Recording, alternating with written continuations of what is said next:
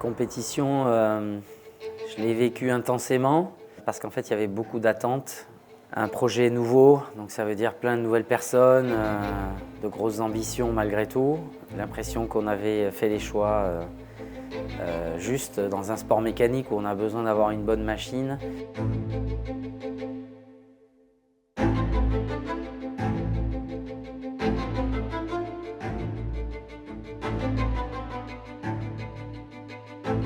On a beaucoup rêvé pour commencer. On a gagné cette première régate à Villanova, on fait ce podium, on s'y attendait pas et donc ça a déjà été une énorme récompense. Voilà, après, on va dire une grosse année de travail. Donc c'était hyper stimulant et je pense que ça a boosté l'équipe aussi. Et ça, c'était vraiment la première régate où on a senti qu'on avait quelque chose. Après, on arrive dans la C75. On a un bateau magnifique, on a un baptême très émotionnel. On a senti toute l'équipe très touchée par la sortie de ce bateau et avant sa mise à l'eau. Donc ça c'est pareil, ça te rebooste parce que tu te projettes beaucoup en ayant la certitude que voilà, tu peux performer. Et on sait que dans un sport mécanique, et en particulier l'America's Cup, si t'as pas un bon bateau, c'est assez dur.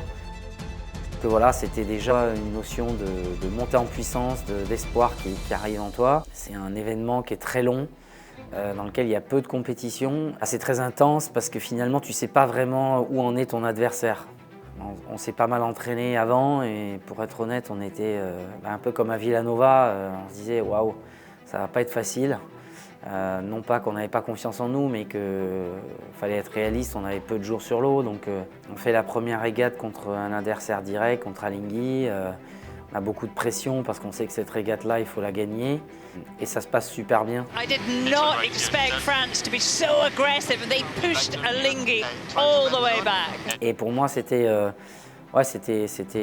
super moment avec aussi nos sponsors à bord. On avait une attente qui était très forte et on a délivré à ce moment-là, quoi. Donc ça, c'est cette espèce de montée en puissance où tu commences à arriver de plus. Et puis effectivement, après, c'est pas aussi facile. Donc tu te rends compte que tes adversaires sont affûtés, qu'ils ont des moyens, qu'ils ont des équipages, qu'ils ont déjà fait beaucoup plus de jours de navigation que toi. Certains, ils ont fait l'America's Cup, la dernière édition. Et puis au final, tu commences à réaliser que ça va être dur. Et pourtant, chaque jour où tu sors sur l'eau, tu y crois, t'es pas loin. Il y a même une régate contre les Anglais, on part en tête, on se fait doubler, on les redouble. On fait du close combat, on leur met une pénalité. Et tu dis, c'est génial, on lâche rien. Et puis derrière, ça se joue à quelques pouillèmes. Et tu te rends compte que la marche est très haute. Et ça, c'est particulier parce que tu as ton esprit compétiteur et en même temps, la réalité des faits, c'est que tu es dans une compétition très dure. Tu n'as pas eu le petit coup de chance qui t'aurait permis, par exemple, de passer en demi-finale en ayant un problème technique vis-à-vis d'un adversaire, d'un point que tu n'as pas marqué vis-à-vis des Anglais. Donc, tu as cette déception. En même temps, comme je dis toujours, il ne faut pas avoir de regrets. Donc on n'a pas à en avoir. On a donné tout ce qu'on pouvait, ça c'est certain, avec cette équipe, étant donné qu'elle est partie de zéro. I want to make a shout out to the French team. It's great to see France back in the America's Cup. You know, they've got a great young team with Quentin and Bruno leading the show. So hopefully this is just the start of a long journey for those guys.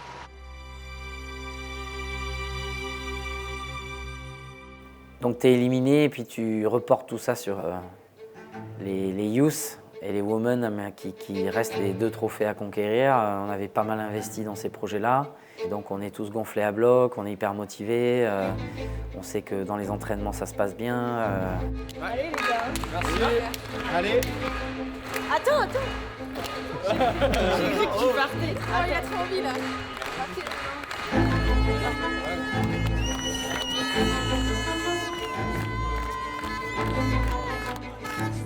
C'était top, on a vraiment eu un bel été d'entraînement avec des conditions de dingue. On a pu naviguer quasiment tous les jours, faire des courses tous les jours. Le bateau a bien suivi. C'est quand même un format assez particulier avec des éliminations. Du coup, l'objectif c'était vraiment d'y aller étape par étape, mais on a quand même fait un peu de match race à l'entraînement pour s'entraîner au cas où, quoi.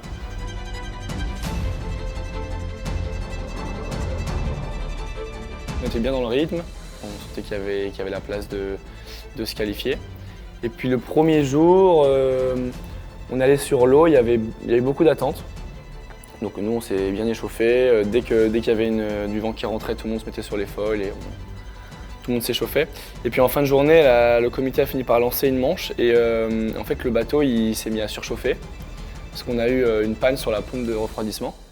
Et du coup, on n'avait plus rien qui fonctionnait à bord, donc on a dû arrêter la première course un peu après le départ. Et ils n'ont pas réussi à changer la pièce, donc on a loupé aussi la seconde course. Et du coup, donc, le premier jour, on a 2 redress sur les 2 manches non courues. On s'est dit que de toute façon, c'était que 2 courses, donc il y avait encore 6 courses derrière pour se qualifier.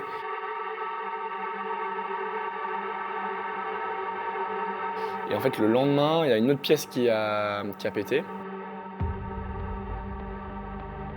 On a été déclaré non starting, c'est ça? Ouais.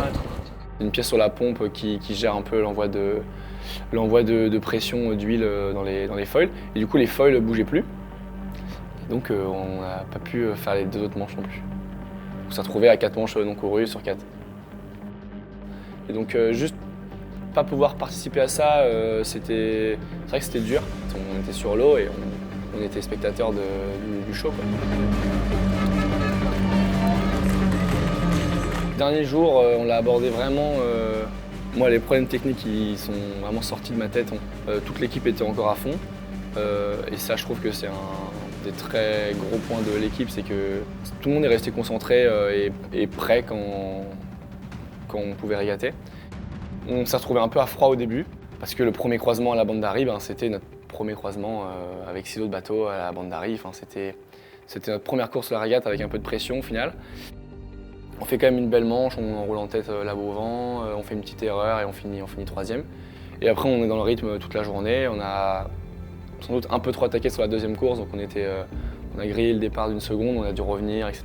Et malgré ça on finit 4. Et puis après on fait une super manche, on était en tête de bout en bout, donc ça c'était vraiment top de pouvoir faire une manche aboutie. Et après tout le travail de toute l'équipe. The French had really high hopes. They wanted to come here and make a statement, and obviously had really hard first day with problems with the boat. Coming into the finish line to get a monstrous 10 points, start to finish. Orient Express, L'Oréal Racing get the win in race number 7. Et donc ça nous a classés, je crois qu'on était 3e avant la dernière course. On prend un bon départ, je crois qu'on est 2e, on est en train de matcher les Anglais. Le bateau, il s'est arrêté. Big touchdown there by the French. Oh no! Oh no, I don't know if they've got an issue there. En fait, il y en a eu une fuite hydraulique et en fait, il n'y avait plus d'huile dans le système, donc le bateau s'est mis en sécu, il s'est arrêté. Et donc là, c'était un peu la stupéfaction à bord. On était même pas déçus, juste, on croyait que c'était une blague un peu, ce qui se passait. On se dit, c'est un peu une blague tout ça. Et voilà, donc on ne s'est pas qualifié encore, mais de peu, mais ça l'a pas fait.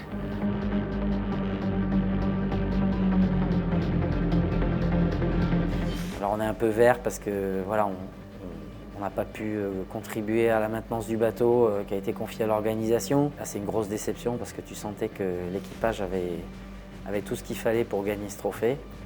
Et puis c'est triste de voir, j'appelle ça ces gamins là qui sont un peu l'avenir, pleurer et se dire merde, on a été si proche du but.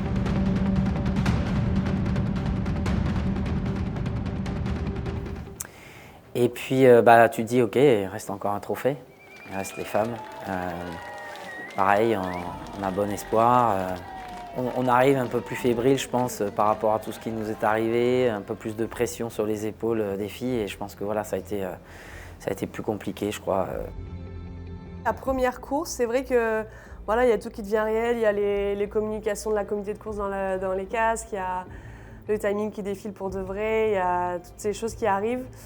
Et moi, mon objectif, c'était justement de ne pas me laisser prendre par ça et de rester focus sur mon travail technique. Et d'autant plus que ce jour-là, les conditions étaient vraiment pas faciles, donc il fallait réussir à être vraiment focus là-dessus. C'est assez bizarre. En fait, une fois qu'on est sur l'eau, tout passe super vite. La première journée, elle est passée en un claquement de doigts. Et après, on a attendu quasiment une semaine pour retourner sur l'eau. Du coup, c'est un rythme vraiment particulier qui est assez dur mentalement. Il faut réussir à presque switcher et se dire bon, bah là, il y a une nouvelle régate qui commence dans 5 jours, 6 jours. Dès le premier jour, c'était un petit peu tiré des balles dans le pied. Et après, on attendait toujours de faire plus de courses, toujours qu'elles reviennent, que notre chance se réouvre. Et en fait, on a terminé plus tôt que prévu. Ça a été assez dur. Là, même si les chances commençaient à diminuer un peu pour passer en demi-finale, en fait, on ne sait jamais. On voulait encore montrer que oui, là, on n'était pas à notre niveau, qu'on pouvait faire mieux. Et ils nous enlèvent 2 manches de qualif. Donc, journée vraiment dure avec le bateau qui ne fonctionne pas. Donc, en fait, on a fait réellement que 5 courses sur ce championnat en étant réellement pas à notre niveau. Donc, ça c'est hyper dur à accepter parce que voilà, on n'est pas du tout là où on voulait être et on avait sûrement beaucoup mieux à donner, donc c'est passé beaucoup trop vite. Donc j'allais dire sur le plan sportif et émotionnel, des hauts et des bas. The thing is, in everything you do in life, you must not look back and you have to be proud of what you have done because you gave everything you had. And as Bruno said, I felt it in this campaign like never before. Thank you for that.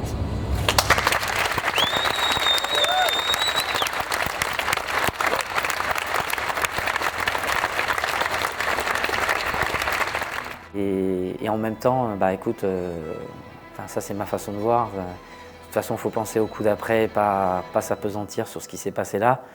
Encore une fois, pas de regrets. Tout le monde a donné ce qu'il avait à donner et puis faut déjà préparer la suite. Ce qui était extraordinaire dans cette America's Cup et qui a été aussi une des raisons pour lesquelles je suis revenu, c'est que justement, c'était pas juste une équipe challenger qui essayait de ramener ce trophée.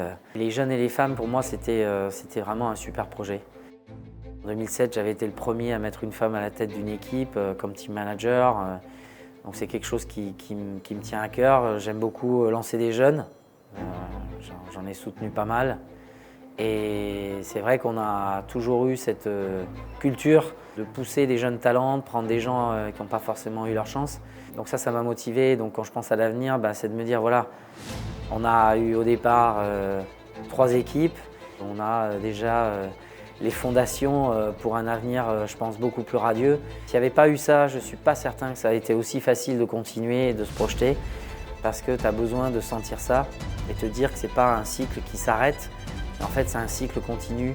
Comme dans tous les sports, quand tu es un gamin, tu rêves de l'équipe nationale. Et là, ils l'ont vécu à l'intérieur et on les a hébergés, entre guillemets, accueillis, accompagnés. Et je pense que même pour l'équipe Challenger, c'était motivant le matin d'avoir ces femmes et ces jeunes à la cantine ou dans la salle de sport. Donc moi, je suis persuadé que, comme je le dis toujours, en France, on a les moyens d'être compétitif et il faut qu'on gagne cette compétition pour se prouver qu'on est une grande nation de voile. Donc voilà, ça a confirmé tout ce qu'on a le droit de rêver. En partant de zéro, encore une fois, c'était pas évident de savoir quel serait l'état d'esprit de l'équipe et où on en serait 2 ans, 3 ans plus tard, même si tu l'imagines dans ta tête. Et effectivement, on dit souvent a team is born après un grand événement et il y en a eu plusieurs. Oui, je crois que Orient Express Racing Team a imprimé sa marque, a créé une culture, un début en tout cas. Il y a eu toujours un très bon état d'esprit, un esprit combatif, un esprit qu'on n'a jamais abandonné. On a vécu une aventure de dingue. Nous les youths, on a appris tellement de choses. Pouvoir venir ici, découvrir ce que c'est la Coupe de l'Amérique, avoir accès à des technologies qu'on regardait seulement à la télé en fait. Et donc découvrir tout ça, pouvoir être au quotidien sur la base avec ces 120 personnes, avec plein de corps de métiers différents. On a appris plein de choses. Et puis au-delà de ça, le team spirit général était top. Enfin, on pouvait échanger avec les challengers, avec les women. C'était vraiment tout le monde voulait que ça perfe. C'était dingue. Il y avait les 2 bateaux qui naviguaient, le 75 et la C40 tous les jours. C'est vrai que c'était assez particulier, je dirais même que ça allait plus loin que juste ces 3 équipes-là. C'était aussi avec le short team, avec vraiment tout le monde. Je sais pas, moi j'avais vraiment l'impression qu'à chaque fois que j'allais voir quelqu'un, il était prêt à m'aider. Du coup, il y avait une simplicité, une facilité pour aller poser des questions, demander des conseils, des coups de main. Et je pense que c'est assez rare dans des équipes. Moi, je ne m'attendais pas vraiment à ça en arrivant là. Je m'attendais plutôt à ce qu'on soit beaucoup plus livré à nous-mêmes. Moi, j'avoue que c'est quelque chose qui me touche beaucoup parce que c'est vraiment pour le côté humain que je fais ce que je fais, parce que j'adore le peu de fois où on gagne, partager ça avec des gens, c'est vraiment génial. Et là, ça ne s'est pas passé comme on l'aurait aimé, mais n'empêche que tout le monde était là, tout le monde était... Enfin voilà, que ça gagne ou ça perde, en fait, c'était pareil. Les gens étaient toujours là, toujours autant au taquet, et j'ai trouvé ça assez incroyable. Voilà, il y avait tout le monde qui était ici à Barcelone. Il y en a qui ont laissé leur famille pendant quasiment une année. Franchement, moi, je sais pas comment ils font. Ils sont là, ils comptent pas leurs heures, ils ont toujours le sourire, ils sont toujours prêts à aider. Enfin, moi, ces gens-là, pour moi, c'est eux les vrais héros, parce que c'est quand même hallucinant de pouvoir faire ça. Et c'est d'autant plus dur, du coup, de ne pas les rendre fiers à la fin, parce qu'on sait qu'ils se donnent quasiment plus que ce que nous, on s'est donné. Et ils sont souvent dans l'ombre, donc ouais, je trouve ça assez fascinant et très inspirant pour le coup. On n'a pas vraiment le droit de se plaindre à notre place. On a vraiment créé une équipe de dingue. Et moi, je l'ai vraiment vu sur la régate, où il y avait une énorme pression. Il y a eu beaucoup de déceptions à cause des casses matérielles. Les émotions, elles ont fait comme ça. Et en fait, l'équipe, elle a pas bougé d'un poil. Il n'y a jamais eu d'énervement. Tout le monde était focus dans ce qu'il avait à faire, tout le monde s'est soutenu. Et en fait, voilà, la régate, ça a été un échec sur le résultat. C'est pas du tout ce qu'on voulait faire, mais on est parti d'ici, l'équipe, elle est encore plus soudée qu'au départ. Donc pour moi, ça c'est le signe d'une belle équipe. Quand on tire le bilan un peu de cette campagne aussi, c'est se rendre compte que c'est devenu hyper high-tech, quoi. C'est vraiment un point que c'est inimaginable. Donc, comme on dit souvent, l'America's Cup, c'est une équipe de foot qui pilote un avion de chasse en jouant aux échecs. Et là-dessus, il y a énormément de technologies embarquées, du mécatronique, de l'électronique, du software, de tous les côtés. Voilà, on a aussi dû développer un bateau hydrogène à foil capable de naviguer à 50 nœuds. Et ça, en fait, c'est vraiment un concentré de technologie. Le futur des bateaux est actuellement déjà là, quoi. Donc, et on le prépare. Et les bateaux d'aujourd'hui seront probablement très différents et par contre très proches de ce qu'on a vécu dans une campagne America's Cup avec un AC75, un bateau hydrogène à foil, l'AC40. Tout ça, c'est des plateformes qui nous permettent de développer de la technologie qu'on va retrouver dans les bateaux de Monsieur Tout-le-Monde, et ça fait aussi partie des choses sur lesquelles on a envie de travailler avec nos ingénieurs et avec nos techniciens, parce qu'on a appris à résoudre des problèmes dans un environnement qui est quand même assez complexe et puis hostile, qui est celui de la mer. Voilà, comme ça s'est passé dans l'automobile, dans l'aviation. Il y a des ruptures technologiques et là on y est, et l'America's Cup y a largement contribué, déjà avec l'arrivée du foil et puis après justement avec l'arrivée de tout ce qui est électronique embarquée et software. Ouais, l'avenir, c'est aussi effectivement une base permanente à Lorient dans laquelle on veut justement, on va s'installer à partir de 2025. On veut former des jeunes et des femmes, et pas seulement sur le plan sportif, aussi sur le plan technique, parce qu'en fait, avec ces nouvelles technologies, il faut des nouvelles compétences et qui n'existent pas forcément. Donc ça, c'était un des grands challenges de cette America's Cup, c'est constituer une équipe de 120 personnes pour appréhender des technologies qu'on ne connaissait pas du tout, des bateaux très complexes, et je pense qu'on va avoir besoin de ressources à l'avenir, des ingénieurs systèmes, des développeurs informatiques, des experts électroniques. C'est vraiment tout nouveau. Il y a l'intelligence artificielle. Et en fait, un peu comme ça se fait dans la Formule 1, où on a les écuries qui sont toutes voisines en Angleterre, qui travaillent tout au long de l'année, à Lorient, c'est ce qu'on veut faire aussi, et être capable d'être aussi un centre de compétences, d'expertise et de R&D et de préparation sportive hors norme, voilà, comme il n'y en a pas, sachant que déjà dans la région de Lorient, de la Bretagne, on a déjà beaucoup de compétences, mais il va falloir aller déjà vraiment rentrer dans le 21e siècle qui va apporter beaucoup de nouvelles choses. Sur le plan sportif, il y a aussi un avenir pour notre structure. Cash Challenge Racing, c'est une entreprise qui est dédiée au sport, et Cash Challenge Lab qui est dédiée à la technologie, à la R&D. Donc on veut continuer ça, et sur le plan sportif, justement, on veut continuer à aguerrir nos équipes. Donc on va repartir sur CLGP, qui est ce circuit mondial sur des bateaux à foil, sur lequel on a flirté plusieurs fois avec la finale, et on a vraiment envie de gagner ce trophée-là. Et puis c'est aussi faire naviguer les jeunes et les femmes à Lorient sur des AC40, sur différents supports, pour que en fait, tous les gens qui sont dans cette voile en équipage et olympique, qui ont besoin de naviguer sur des gros bateaux volants, on leur apporte cette infrastructure. Donc on va travailler là-dessus. Et puis on a aussi des compétences qu'on peut apporter dans le milieu de la course au large, j'en suis convaincu. Donc ça va être vraiment notre objectif pour les années qui viennent. Et c'est d'aguerrir et de mélanger aussi, j'allais dire, les seniors avec les jeunes et les femmes pour vraiment développer une culture d'équipe avec une marque de fabrique Cash Challenge qui, je l'espère, va durer et va faire comme l'a pu le faire Team New Zealand par exemple, créer une marque et un savoir-faire. If we come back, we will come back really stronger with an amazing ambition, and we have to win it one day.